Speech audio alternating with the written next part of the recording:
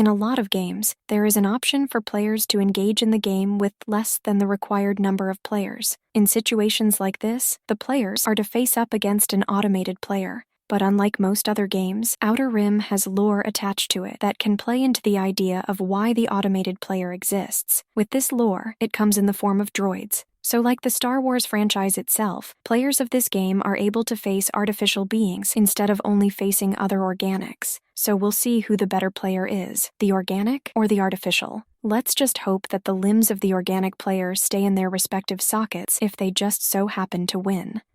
Greetings and welcome back to Checkpoint Gaming, Star Wars Outer Rim. With this episode, we will be going over the single-player version of the game. Although Star Wars Outer Rim is meant to be played with a group of people, it is also possible for a player to play by themselves. To do this, the player is to compete against an AI player that is controlled by an AI deck. If the living player reaches the fame requirement before the AI player does, then the living player wins. But if the AI player reaches the fame requirement before the living player does, the AI player wins. The living player can also compete against two AI players, with either AI player being able to win the game. For players who wish to have a more challenging game, they can have the AI player start off with some pre-existing fame to their name. But regardless of if playing against one or two AI players, the AI players are to obey the same rules as the living player unless otherwise stated. With setting up the game against a single AI player, do so normally with the following changes. First, set up all components for the AI deck as if they were an actual player, with the smuggler's deck being used, which is purple in color. Second, the living player will select a character for themselves, and the AI player along with the AI player using the G9 rigger ship. With the selected AI player character, it will have to be associated with databank card number 91 or 92. Third, the living player will be the first player and get 4,000 credits, while the AI player will start the game with 6,000 credits. Fourth, follow the setup instructions found upon the AI player's character card, followed by placing the goal token upon the destination listed upon their given cargo or job card. And fifth, the AI cards are to be shuffled and placed face down near the AI's character card. If playing with two AI players, the second AI player deck is introduced, which is known as the Bounty Hunter deck, with its corresponding color being pink, and it functions the same way as the Smuggler AI deck. When setting up a game with two AI players, follow the rules for setup for that of a single-player game with the following modifications. First, select a character for the Bounty Hunter AI player that starts the game with the number 90 databank card, with the Bounty Hunter AI opponent's setup instructions being followed. Second, shuffle the selected character's AI card into the Bounty Hunter AI deck, which consists of cards 1 through 5, with all other AI cards being returned to the box. And third, the Bounty Hunter AI player is to start off the game with the G1A Starfighter. When it comes to that of all of the Bounty Hunter AI cards, they will instruct the AI player to move toward or encounter a given bounty target, which consists of a character, crew, or contact. If the AI player possesses a bounty that doesn't match any character, crew, or face-up contact token found upon the map, then the nearest face-down contact token that matches the bounty's class will be considered matching the AI player's bounty. If multiple bounty targets are available to the AI player, then they're to use the following priority as the decision maker, going from top to bottom: character, crew, the lowest class face-up contact, then lowest class face-down contact. And if there are multiple bounty targets that are of the same priority level, then the AI player will go after the nearest target.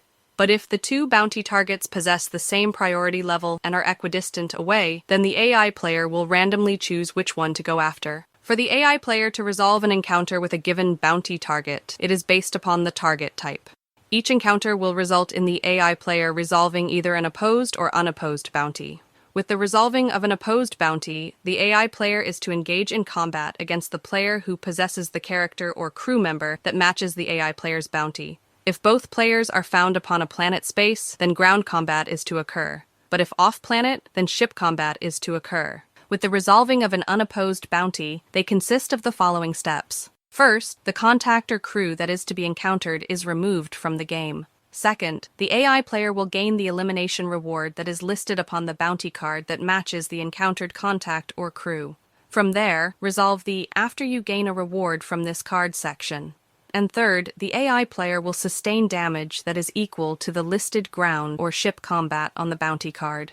With the encounter types for the Bounty Hunter AI player, they consist of the following: contact tokens, crew cards, and character cards. With the contact tokens, it sees the AI player encountering a face-up or face-down contact token. If it encounters a face-down contact token, then said token is to be flipped face-up. If the contact matches one of the AI character's bounties, then they are to resolve an unopposed bounty. Otherwise, the encounter will end. With the crew cards, if the crew found in the same space as the AI player, and if matches one of their bounties, then the AI player is able to encounter said crew member. If the crew member belongs to another player, then that other player is capable of protecting said crew member if they want. If protecting them, then the AI player is to engage in an opposed bounty. But if the player chooses not to protect their crew member, then the AI player is to resolve an unopposed bounty. With the character cards, if the AI player is found in the same space as a player who has the character that matches their bounty, then the AI player is able to engage in an encounter with said character by resolving an opposed bounty.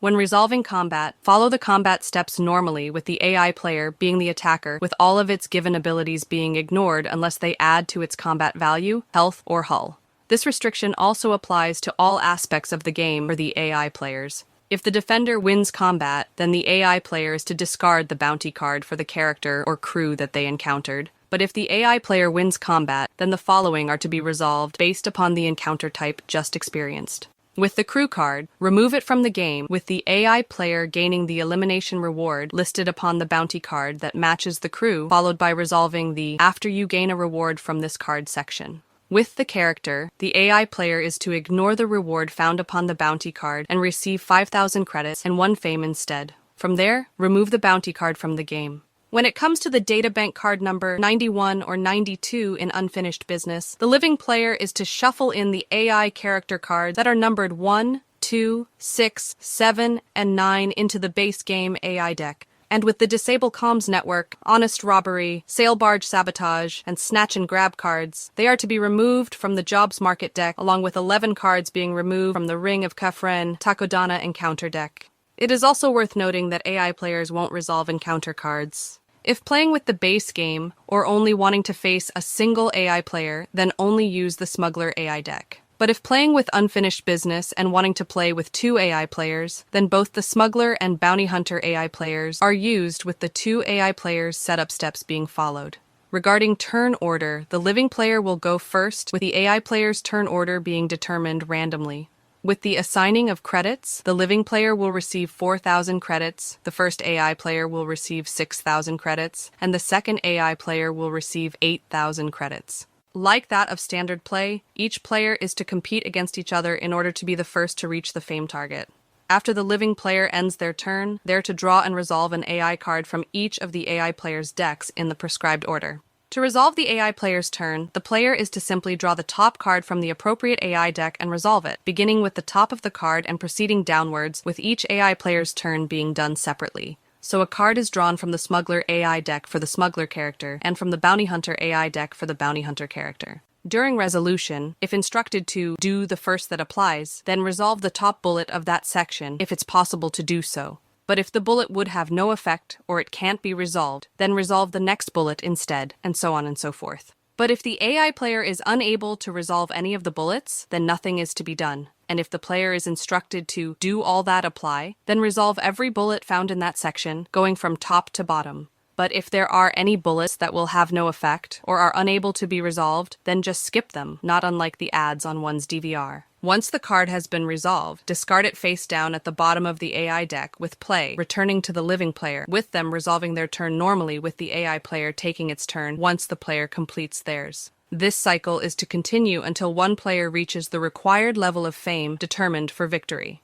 Regarding fame, credits, assets, and cards for the AI player, they're to be tracked separately for each AI player. The AI player also doesn't complete either their personal or ship goals. When it comes to that of AI goals, the Smuggler AI player will use the goal tokens to determine which planets it is to deliver cargo to or to complete jobs upon. So these tokens determine where the AI player is to move to next on their given turn. Regarding the first goal token of the AI player, it is to be placed upon the designated planet as stated by the starting card during setup. From there, additional goal tokens are to be placed upon the map in accordance with the AI cards. When the Smuggler AI player is instructed to move, their standee will always move towards their nearest goal token, as well as moving a number of spaces that is equal to their ship's hyperdrive value. But if their space contains a goal token, then they're not to move. And if facing multiple paths to their given goal, the AI player will always move the closest to said goal. But what do you expect from AI, even if it's in analog form? And if playing with unfinished business, the AI player will be unable to travel through the core worlds. This could be due to game mechanic purposes, but we think it's because the core worlds are nothing but droidophobes. If the AI player moves into a space with a patrol token where they lack positive reputation with its given faction, it will have to stop. And since the AI player is unable to avoid said patrol, it will have to move in said direction toward this given patrol if the AI player has a goal or bounty target found in the nearest space, and this patrol is found along the AI player's given path. When the AI player has two paths available to them that are equidistant to their goal, then the AI player will 1. Select the path that is without a patrol, and 2. If no patrols exist to interrupt movement, the AI player is to end its movement upon a space that possesses a planet. But if both paths have planets, then the selected path is to be determined randomly. Unlike that of the living player, the AI player is able to move through the maelstrom as if it was a nav point space. The benefits of being AI. It is worth noting that if the AI player ends their movement at a nav point, but either of the two spaces that they moved through before reaching the nav point was that of a planet, then they're to stop at the planet instead. So basically speaking, if the AI player ends its movement that is 1 or 2 spaces away from a planet they traveled through, they will end their movement at the planet instead of the nav point. When it comes to buying cards, most AI cards allow the AI player to purchase them with the given AI card specifying which market deck to use. And with the purchasing of cards, the AI player can only do them upon a planet unless otherwise specified. But before the purchasing of a card, the AI player will have to discard the top card of the specified deck if any of the following conditions apply. First, if the card is unable to be purchased upon the current planet. Second, if the AI player doesn't have enough credits to buy the top card. Third, if the AI player doesn't have any empty slots that matches the top card. And fourth, when buying from the ship deck and the top card doesn't cost more than the current ship the AI player controls.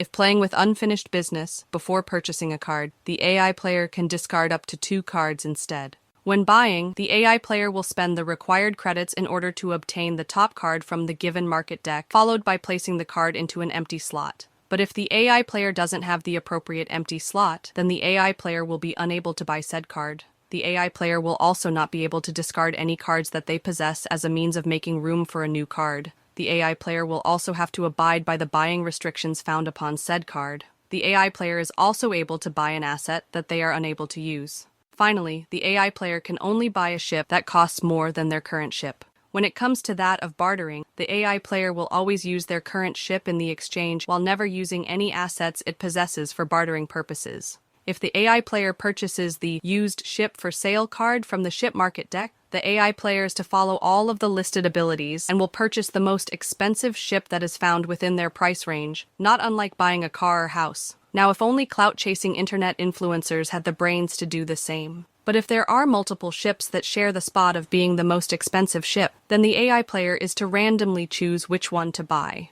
After the AI player purchases a card, the top card of the respective market deck is to be revealed along with the resolution of the patrol movement icons listed upon the revealed card, thus moving said patrol towards the AI player.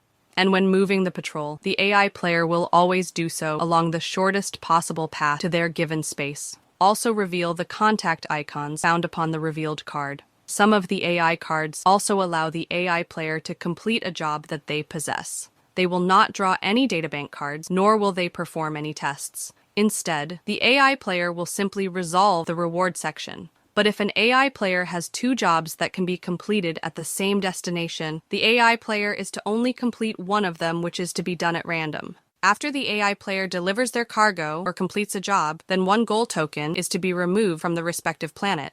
With delivering cargo, bring it to its given destination, resolve its reward section, and then discard the cargo card. And if the AI player delivers multiple pieces of cargo to the same destination, then they can deliver all of it at once. And if the AI player delivers illegal cargo, then it will ignore any instructions requiring it to roll a die. But with that said, some AI cards will have the AI player sustain damage when delivering illegal cargo. If the AI player finds a patrol at its current destination, they can't buy any cargo there, probably because they don't want to have to deal with said patrol. The AI player will also be unable to purchase the Wanted job card, the Information Broker card, or the Special Order card. If the AI player possesses cargo that is able to be rotated, they're able to rotate it and move its gold token to the new destination as listed upon the rotated card. If the AI player resolves a reveal contact icon after buying a market card, then the AI player is to flip the contact token with the lowest class found at their location face up. When it comes to an AI with a bounty, they're to reveal a contact that will match the class of one of their given bounties if possible.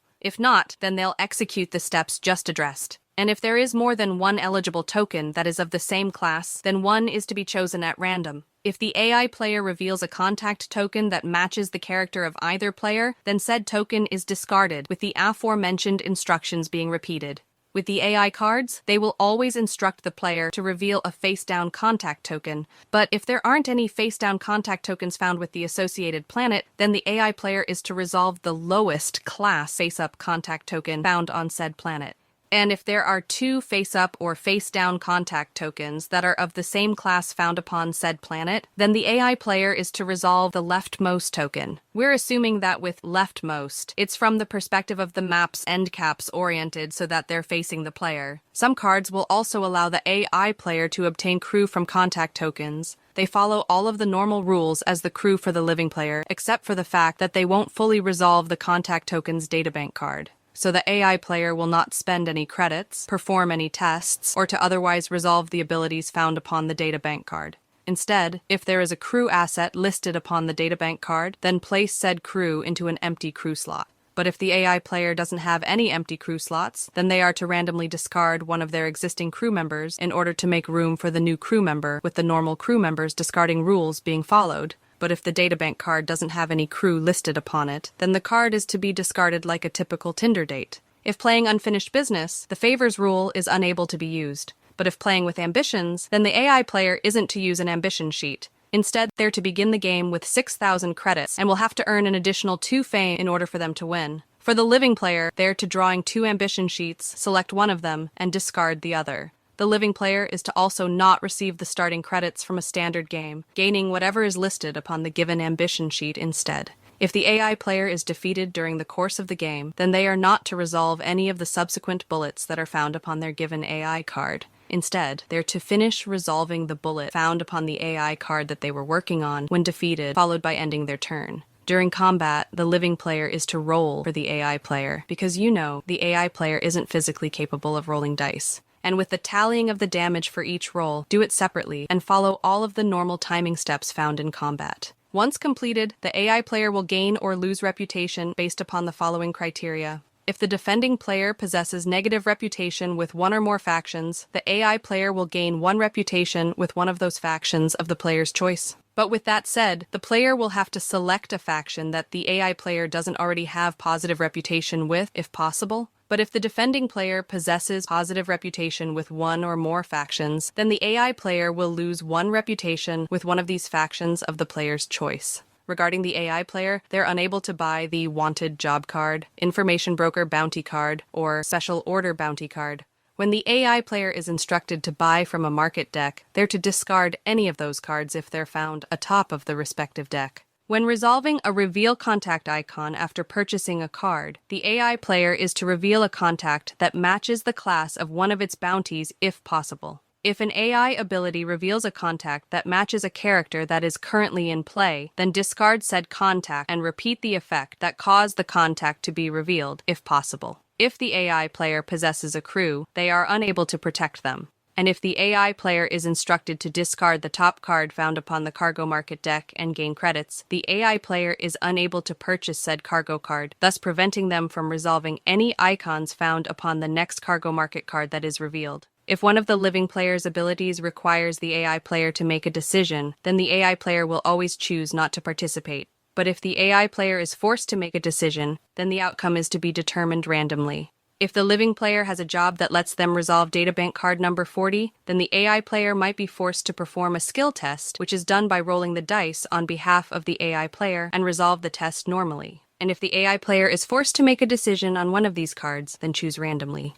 And with that said, this will bookend the main series pertaining to how to go about playing the game, Star Wars Outer Rim. We hope that you found this to be helpful and allowed you to better understand how to go about playing the game. As time progresses and any updates get put out for the community, we will return to these episodes and update them accordingly to better reflect the changes that have been made to the game. With the nature of Checkpoint Gaming, we want to present the most up-to-date version of the game as possible to those who wish to play. So with that said, we hope you enjoyed our series pertaining to how to go about playing Star Wars Outer Rim.